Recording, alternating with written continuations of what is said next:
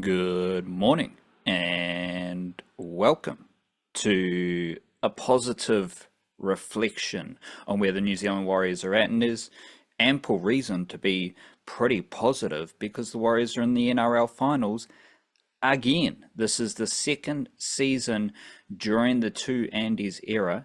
Coach Andrew Webster, recruitment guru Andrew McFadden, one Andy, two Andes era. Second season of NRL finals footy during the two Andes era, and this is uncharted territory for the New Zealand Warriors because they haven't made the finals in 2 or 3 years like very many times before. I'm just scrolling up and down the New Zealand Warriors Wikipedia page, and they made back-to-back finals in 07 and 08. They made back-to-back finals back-to-back-to-back during the one Daniel Anderson era. So this doesn't happen very often. They actually did it twice under Ivan Cleary. I'm looking here, but my key nugget that to frame some positivity for the Warriors, they made the finals in 1 of 11 seasons prior to the two Andes era kicking off upon their return to Aotearoa during the pandemic phase, which was terrible. Now the Warriors have made the finals in 2 of 3 seasons, and if we think back to the start of this season specifically, all the experts, all those who know rugby league far better than me, they were saying that the Warriors would probably suck this season because, Adam Whenua-Blake, he's gone. How do you replace Tohu Harris? How on earth do you replace Sean Johnson? How do we replace the superstar Marcelo Montoya? And somehow the Warriors are in the finals.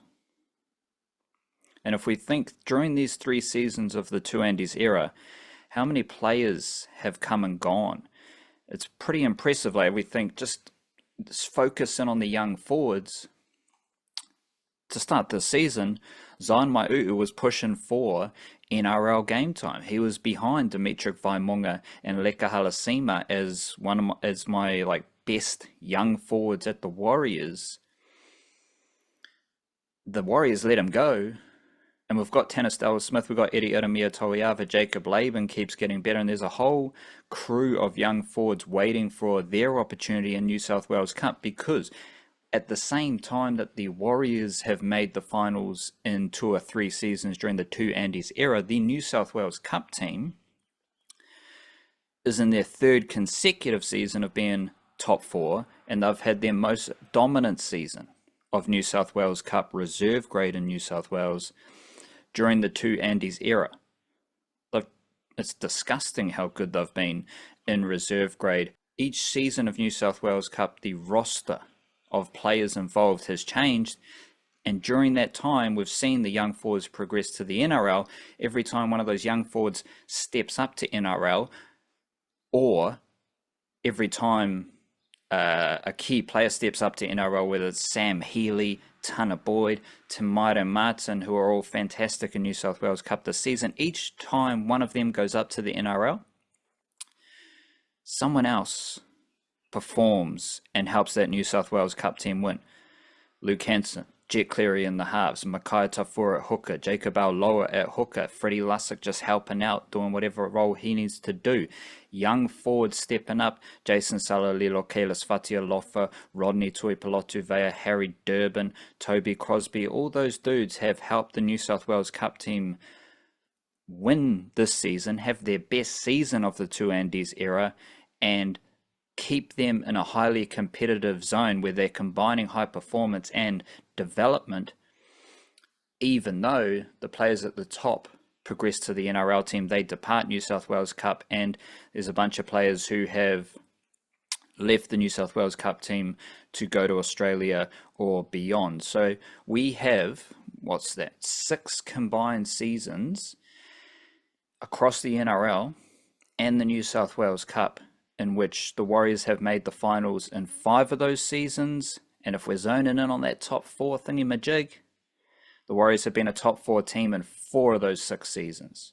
When you look at the bigger picture and the evidence of what the Warriors have done during the two Andes era, making the finals in 2 or 3 NRL seasons, being one of the best, if not the best, reserve grade team, Queensland, New South Wales, across these 3 seasons, because the Warriors are the only team to be top 4 in New South Wales Cup and Queensland Cup in each of the last 3 seasons. Like, that's a fact.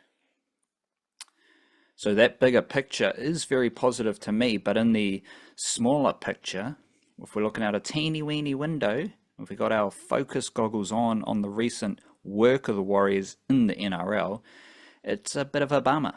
And they are gearing up to play finals footy, probably at Mount Smart Stadium against the Panthers next week. And we know that the Warriors do not have a good, strong home advantage. But the beautiful thing about the Warriors being solid in the NRL for 2 seasons and most of the season is that they are in the finals and they just need to win a one-off game of rugby league on their home turf.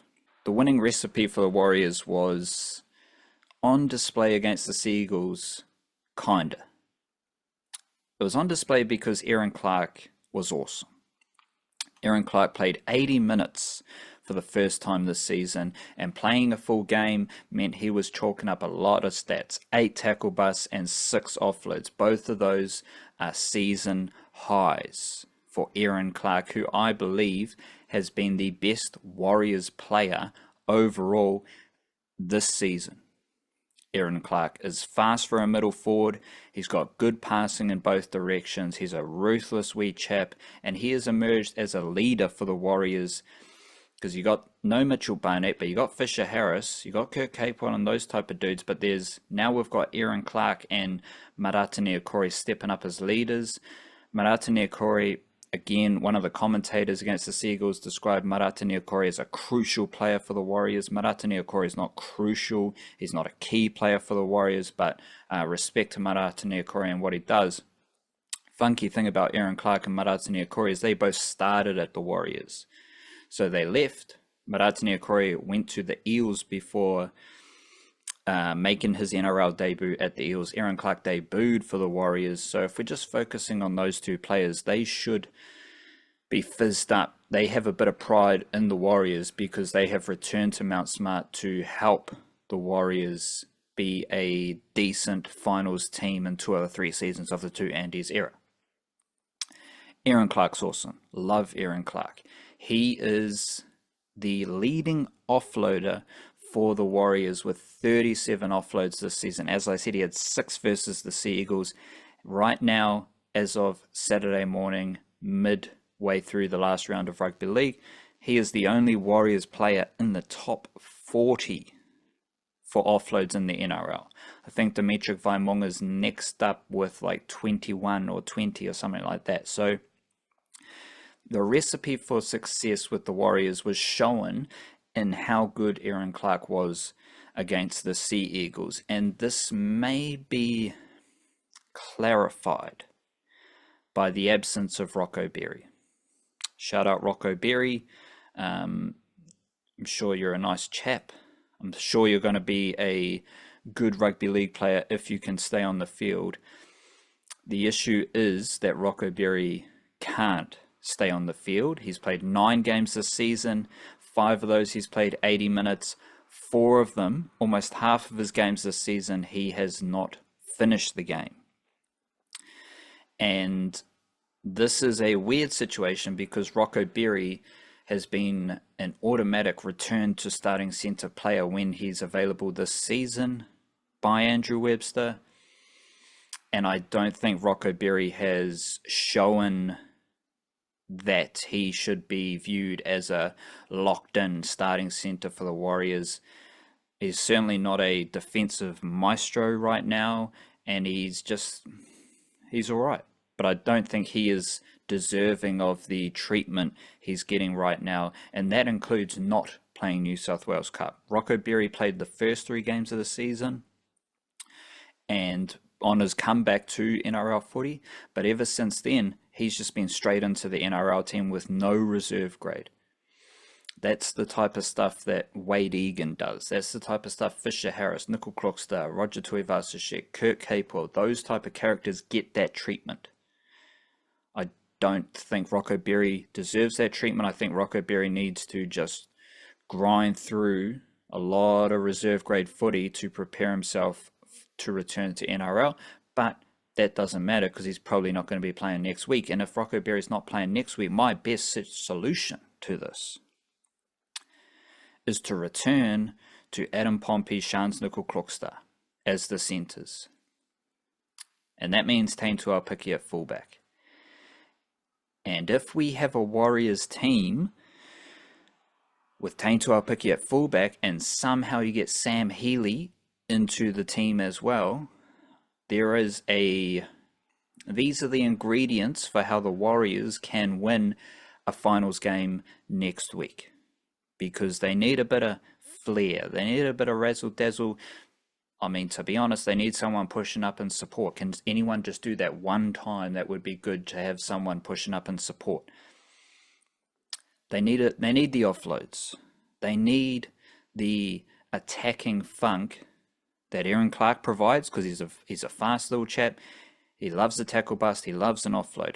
Then you get Sam Healey mixed in. And Sam Healey's played 40 plus minutes in 3 games this season. Sharks, Dolphins, Sea Eagles.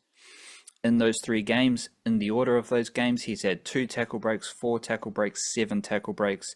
He's had 1 offload, 2 offload, 1 offload. So he's had 4 offloads in the 3 games that he's played 40 plus minutes. He has had, let me do the mathematics, 13 tackle breaks in 3 games playing 40 plus minutes. Sam Healey is a vibrant attacking player. And then you get into what's the best solution at centre right now. You could go Kirk Capewell. Leka Halasima, I mean, he didn't play the whole game at right centre, but him going to right centre made the Warriors look better than when Rocco Berry was playing right centre for those few minutes. Leka Halasima could play centre. But given the forward pack situation, given the outside back situation, I think the best solution is Nickel Clockstar probably at left centre because that's where he did his best work a few weeks ago. I did hear something Adam Pompey saying he prefers to play on the left, but I think he just needs to play on the right for this game. And then you get Taine Tuapiki at fullback. I think Nickel Clockstar is better at fullback for this type of game, but the Warriors need some zip. They need some speed. They need a fullback pushing up in support. And Taine Tuapiki can do that. The issue is Taine Tuapiki usually gets folded up. He usually gets rolled up and surrender. Slow play the ball for those early tackles in a set. I still think you can absorb that with Nickel Clockstar taking heaps of runs as a centre. You got Tuivasa-Sheck. He's going to take a lot of runs. So that's the only weakness with Taine Tuapiki at fullback, but I think the Warriors are well equipped, well prepared to deal with that weakness. And then you get Nickel Clockstar. He's pretty brutal defensively, powerful, running the ball at centre. You get Adam Pompey, who's just solid. He's just going to do a job regardless of what position, regardless of what side of the field he's on. But the key idea here is that we got Erin Clark and Sam Healey, who both love the offload more than other players. And then we add a bit of speed into the equation with Taine Tuapiki. Now we're starting to build a recipe for success where, because Erin Clark's fast for a middle forward, Sam Healey's going to be very active out of dummy half around Wade Egan. Wade Egan will definitely come in as the starter. I don't see any change there. And then you can combine that with Taine Tuapiki. The funky situation, though, is Wade Egan, Sam Healey, Tamaite Martin. What's the craziest thing that might happen there? You could have a bench of Sam Healey, Tamaite Martin, and 2 forwards, depending on Jackson Ford, Mr. Go Ford, who hasn't been that great recently, or Tanisdale Smith, Iriota Mia Toiava, and some sort of combination of Vaimonga, Halasima, depending on who's starting there, that can happen. Because Tamaru Martin and Sam Healy can both play as small forwards. They can both defend in the middle and do a job there alongside Wade Egan or alongside each other. Sam Healy comes on and he plays hooker, and then you've got Tamaru Martin as a utility, versatile bench option, and then you carry two forwards. That's a bit crazy. I can't see Andrew Webster doing that, but how else are we going to get Sam Healy in the team aside from dropping Tamaru Martin out of the team, which would be a big call for a finals game. At the same time as that, where I'm kind of contemplating, do you drop one of the young forwards so you can have a funkier bench?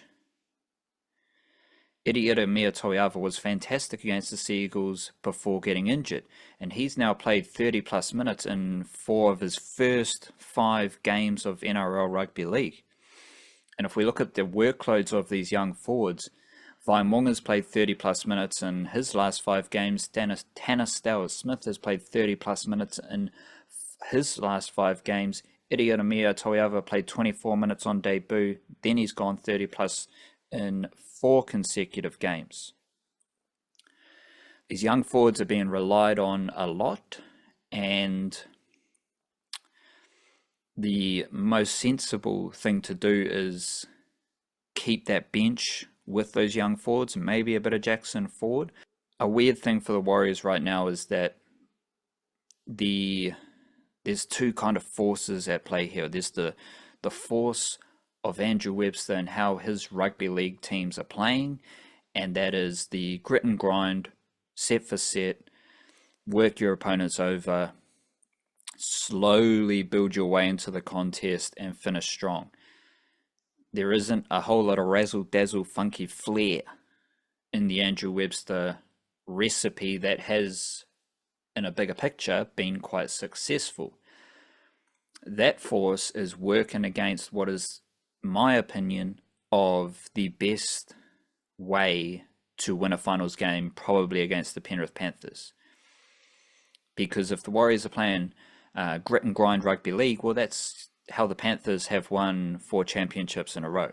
And we saw at Mount Smart Stadium earlier this year, the Panthers were better at that style of rugby league. The Warriors can still do those as foundation elements, core aspects of their rugby league. But if you've got Erin Clark as the best player on the field, the best forward on the field is probably more realistic, the best Warriors player on the field, if Erin Clark's doing his stuff with his speed, with his offloading ability and his power, his ruthless whack with and without the footy, and then you add in Sam Healy and Taine Tuaupiki, that is something that I think can work against the Penrith Panthers. And then you're just playing a one-off game of rugby league. That's all we're working with at the moment. One game of rugby league to progress further into the finals. But first and foremost, what is the recipe for success in this one game of rugby league? And the Warriors are in this position because of all those shitty games they won earlier in the season. The Warriors are here right now preparing for their second season of finals footy during the Two Andes era because they found ways to win in games they weren't very good earlier in the season, and now they have an opportunity to shake things up. I am not full-on confident that will happen, but there are a few little things that were on show against the Seagulls. Erin Clark being awesome, Sam Healy being awesome, Rocco Berry being injured, and then you've got someone like Taine Tuaupiki who he's just one of the funkiest players in that Warriors squad available right now. I think he needs to play to add a bit of X factor, but we'll wait and see. What do you reckon are the best playing combinations for the Warriors to win their first finals game of the season? And hopefully there might be another one, but we're just dealing with one game at the moment. Cowabunga. Big up to you. Cheer.